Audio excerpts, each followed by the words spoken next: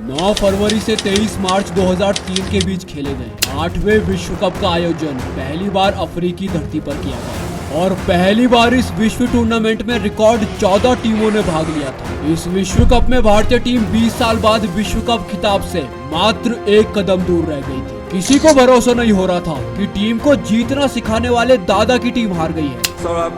Bit disappointing for you, but they are a tough team to beat. Yes, it's a bit disappointing, but all credits to them. They played very well. It was not an easy wicket to bat early on. It did a bit. रोते बिलखते ये fans सहित भगवान की आंखें भी नम थी। उस रात पूरा देश रो रहा था। Black day of Indian cricket. विश्व कप शुरू हुआ तो किसी को नहीं लग रहा था कि भारतीय टीम फाइनल का सफर तय करेगी, क्योंकि अपने विश्व कप के दूसरे ही मैच में कंगारुओं से मिली 9 विकेट की बड़ी हार ने सभी भारतीयों का मनोबल तोड़ दिया था। इस करारी हार के बाद भारत के लिए सबसे बड़ी परेशानी थी पाताल में जा चुके रन रेट को सुधारना। इसके लिए आने वाले सभी मैचेस जीतना अनिवार्य था और ये दर्दनाक हार फैंस पचा नहीं पा रहे थे। हार से नाराज दर्शकों ने कैफ के घर पत्थरबाजी करी और सड़कों पर पुतले भी फूके, जिसके बाद सचिन को प्रेस कॉन्फ्रेंस करनी पड़ी, जहां सचिन ने संपूर्ण भारतवर्ष से भारतीय टीम पर भरोसा करने के लिए हाथ जोड़कर विनती की और यहां से भारतीय टीम ने हर चुनौती को स्वीकारा और एक एक करके अपने सभी मैचेस जीतकर वर्ल्ड कप के सेमीफाइनल में जगह बनाई और हर मैच में भारतीय टीम को मिला एक नया मैच विनर, चाहे वो इंग्लैंड के खिलाफ नेहरा की मारक गेंदबाजी हो या पाकिस्तान के खिलाफ सचिन के 98 रन। और सचिन ने तो इस टूर्नामेंट में सभी गेंदबाजों को बुरी तरह रुलाया था। ये व्यक्तिगत रूप से मास्टर ब्लास्टर के करियर का सबसे खास विश्व कप साबित हुआ था, क्योंकि इस विश्व कप में सचिन ने सर्वाधिक 673 रन बनाए थे, जो वर्ल्ड कप इतिहास के किसी एक संस्करण में सबसे ज्यादा रन बनाने का रिकॉर्ड भी है। और ये रिकॉर्ड आज तक सचिन के नाम पर दर्ज है। कंगारुओं से मिली हार के बाद हर डिपार्टमेंट में हर विरोधी को परास्त करके भारतीय टीम सेमीफाइनल्स में पहुंच चुकी है, जहां भारत के सामने थी केन्या, जो सेमीफाइनल्स में पहुंचने वाली पहली non test playing nation team थी। भारत की ये फॉर्म सेमीफाइनल्स में भी बरकरार रही और सचिन के 83 सहित कप्तान गांगुली के नाबाद 111 रनों की बदौलत भारत केन्या पर 91 रनों की एक बड़ी जीत हासिल करता है। 1983 के बाद भारत 20 साल बाद विश्व कप के फाइनल में पहुंच चुका था। देश में जश्न रुकने को तैयार नहीं था। भारत के हर घर हर मोहल्ले में आतिशबाजियां चालू हो चुकी थी, लेकिन एक बात सभी भारतीयों को मन ही मन खाई जा रही थी कि फाइनल मुकाबले के इस रण में भारत का सामना खूंखार ऑस्ट्रेलिया से था। वो इनविंसिबल कंगारू जो अभी तक इस विश्व कप में एक भी मुकाबला नहीं हारे थे। इस टीम में हर एक खिलाड़ी 11 के बराबर था। Ponting, Symonds, Hayden, Gilchrist, Bradley, McGrath, ये कुछ ऐसे नाम थे जो किसी भी ओपोनेंट के कॉन्फिडेंस को खाने की ताकत रखते थे। साथ ही इस विश्व कप के हर मैच में ऑस्ट्रेलिया का अटैकिंग अप्रोच हम भारतीयों के कलेजे को चीर रहा था। पिछला वर्ल्ड कप जीतकर आए कंगारुओं का वर्चस्व और भारत की ताकत देखकर सभी समर्थकों के मन में उत्तेजना कम होने को तैयार नहीं थी। फाइनल मुकाबले से एक दिन पहले भारतीय टीम मैदान पर प्रयास कर रही थी, तभी वहां साइमंड सहित कुछ और ऑस्ट्रेलियन खिलाड़ी आए और टहलने लगे। सभी इतने रिलैक्स लग रहे थे मानो कल का मैच कोई नॉर्मल बायलैटरल सीरीज का मैच हो। और ये वो लम्हा था जिसने सभी भारतीय खिलाड़ियों को एक गहरी सोच में डाल दिया था। अब आखिरकार वो दिन आ चुका था। 23 मार्च 2003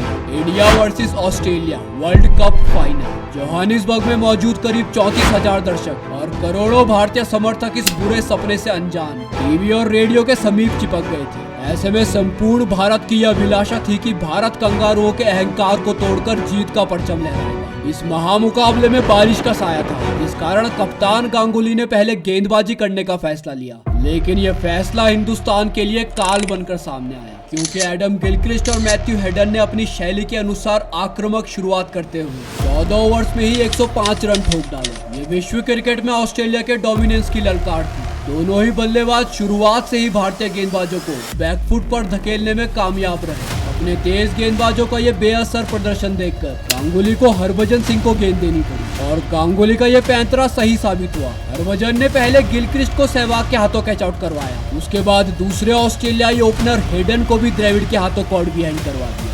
और ये खुशी भारतीय टीम की इस मैच में आखिरी खुशी थी, क्योंकि इसके बाद मैदान पर आए कप्तान रिकी पॉन्टिंग और डेमियन मार्टिन और दोनों ही भारत पर टूट पड़े। खासकर पॉन्टिंग नाम का ये कहर भारतीय गेंदबाजों पर हावी था और क्रिकेट जगत में सबसे ज्यादा हुकूमत करने वाला ये देश भारत को अपनी प्रबलता दिखा रहा था। करोड़ों भारतीयों के वर्ल्ड कप जीतने के सपने को कुचलकर पोंटिंग की ये पारी आगे बढ़ रही थी।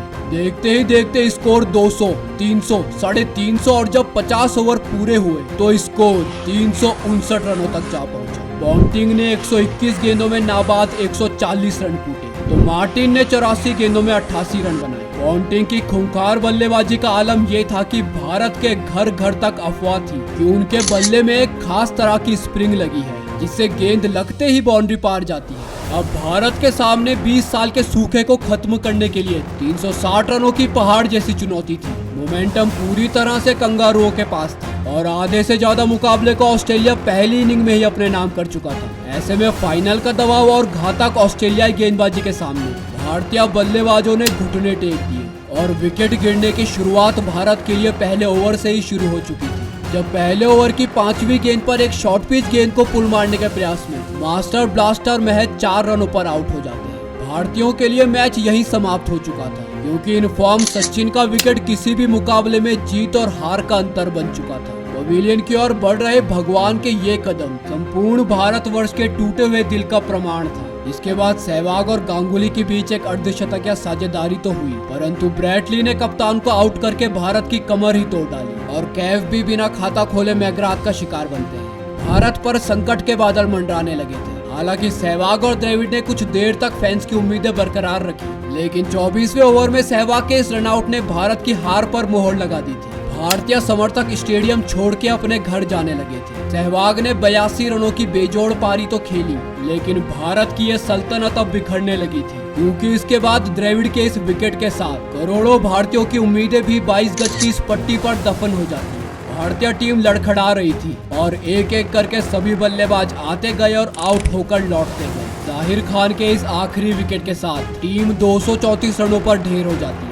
भारत को इस फाइनल मुकाबले में 125 रनों की करारी हार का सामना करना पड़ा। करोड़ों दिल आज चकनाचूर हो चुके थे। आज पूरा देश निराशा के सागर में डूब चुका था। संपूर्ण भारतवर्ष आज रो रहा था। सौरव गांगुली को दुनिया भले ही निडर बल्लेबाज, बेहतरीन कप्तान, कभी हार न मानने वाला योद्धा मानती हो, लेकिन आज भी दादा के मन में आईसीसी वर्ल्ड कप हारने की कसक बाकी है और रह रहकर वो उस खिताबी हार को याद करते हैं। अपनी आत्मकथा a century is not enough में भी दादा ने 2003 विश्व कप के सुनहरे सफर और फिर फाइनल में लाचार प्रदर्शन का जिक्र किया है। आज भी वो जख्म ताजा है। एक तरफ गम का सैलाब था तो एक तरफ खुशी के आंसू थे और ऑस्ट्रेलियाई टीम आज लगातार दूसरी बार और कुल तीसरी बार चैंपियन बनी थी। ऑस्ट्रेलियाई टीम पूरे टूर्नामेंट में अजेय रही। वहीं भारतीय टीम ने 2 मैच गंवाए थे और दोनों ही ऑस्ट्रेलिया से। और ये दिन आज भी भारतीय क्रिकेट इतिहास में एक ब्लैक डे के नाम से याद किया जाता है। तो कमेंट करके बताइए कि ये मैच किस किस ने लाइव देखा था और ऐसी ही मैच स्टोरीज देखने के लिए सब्सक्राइब करें हमारे चैनल क्रिक सागा को।